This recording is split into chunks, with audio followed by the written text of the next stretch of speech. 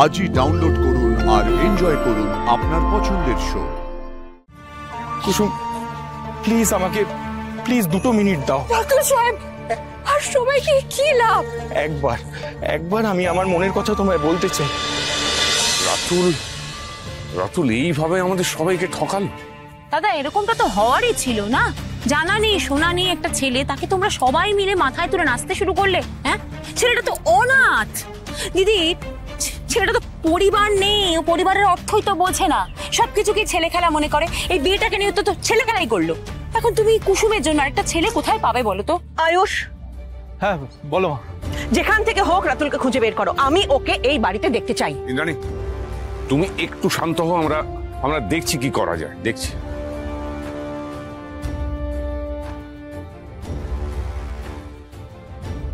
তোর ফোন ধরছে না, দাঁড়া আমি ট্রাই করছি।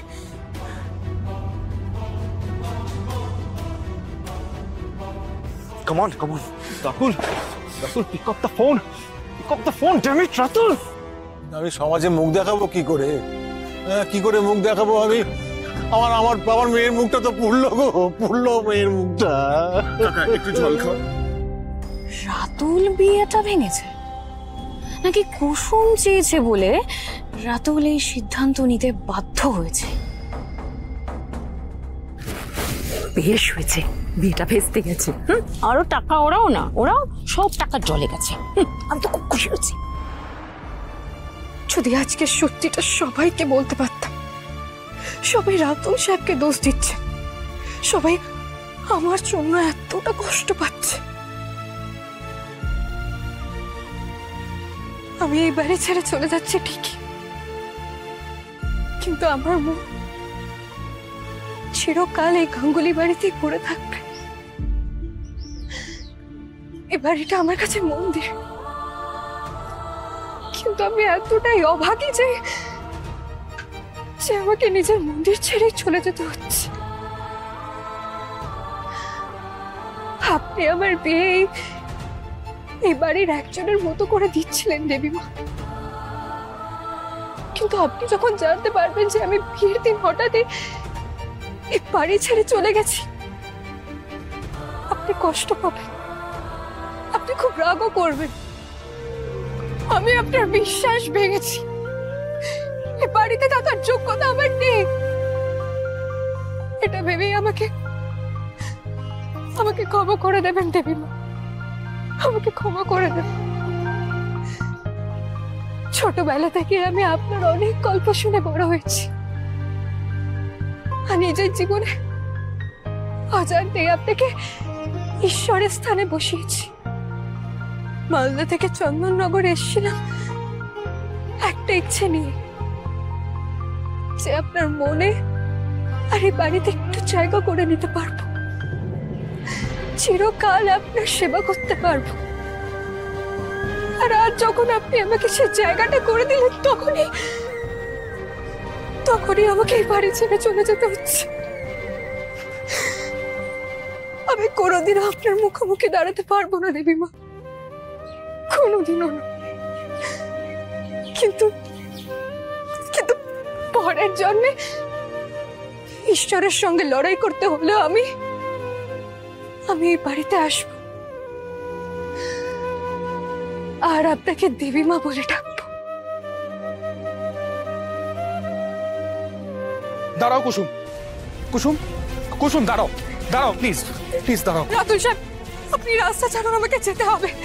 কোথায় যাচ্ছ তুমি? রাতুল সাহেব, কেউ দেখে ফেললে সর্বনাশ হয়ে যাবে, আপনি ওকে যেতে দিন। কোথায় যাবে তুমি কুসুম? জানি না, সেই দিকে 2 চোখ চায় চলে যাব। তোমার মনে হয় তুমি এখান থেকে চলে গেলে সব সমস্যার সমাধান হয়ে যাবে?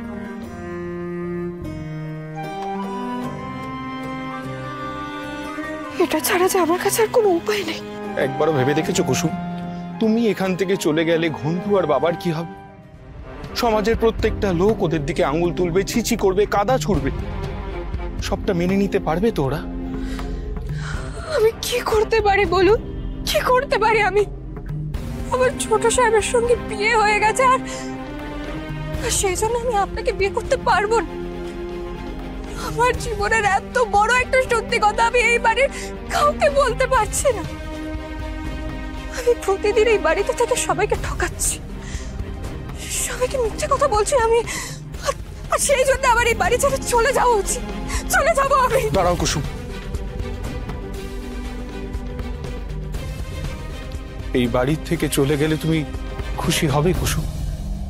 জানি না, কিন্তু আমি জানি যে এই গাঙ্গুলি বাড়ি থেকে চলে গেলে তুমি ভালো থাকবে না। ভালো থাকার অধিকারটা যে আমি হারিয়ে ফেলেছি রাতুল সাহেব, আমাকে আর বাধা দেবেন না, আমাকে যেতে হবে। দাঁড়াও কুসুম, কুসুম প্লিজ আমাকে, প্লিজ 2 মিনিট দাও। রাতুল সাহেব, আর সবাইকে কি লাভ? একবার আমি আমার মনের কথা তোমায় বলতে চাই। আমি তোমায় কিছু প্রশ্ন করব কুসুম, না ভেবে না থেমে মন থেকে উত্তর দেবে বলো। জানো কুসুম, যখন আমি তোমাকে আর আয়ুষ স্যারকে একসঙ্গে দেখি তখন আমার খুব খুব আনন্দ হয়। রাতুল সাহেব থাক না এই কথা। না কুসুম, এই 2 মিনিট আমি বলবো আর তুমি শুধু শুনবে। তুমি আর আয়ুষ স্যার একে অপরের প্রতি কেয়ার করো, যত্ন নাও, দুজনের মনের কথা বোঝো। তুমি ভাগ্যে বিশ্বাস করো কুসুম? সেদিন শুটিং এর বিয়েতে আমাদের দুজনের একসঙ্গে বসার কথা ছিল, সবটা ঠিক হচ্ছিল, কিন্তু শেষ পর্যন্ত ভাগ্য আমাকে সেখান থেকে সরিয়ে দিল আর আয়ুষ স্যারকে বসালো।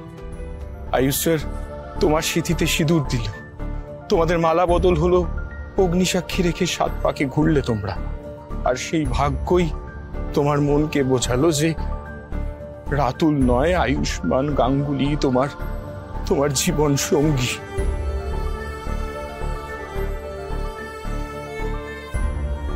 এগুলোই তো ঈশ্বরের সংকেত।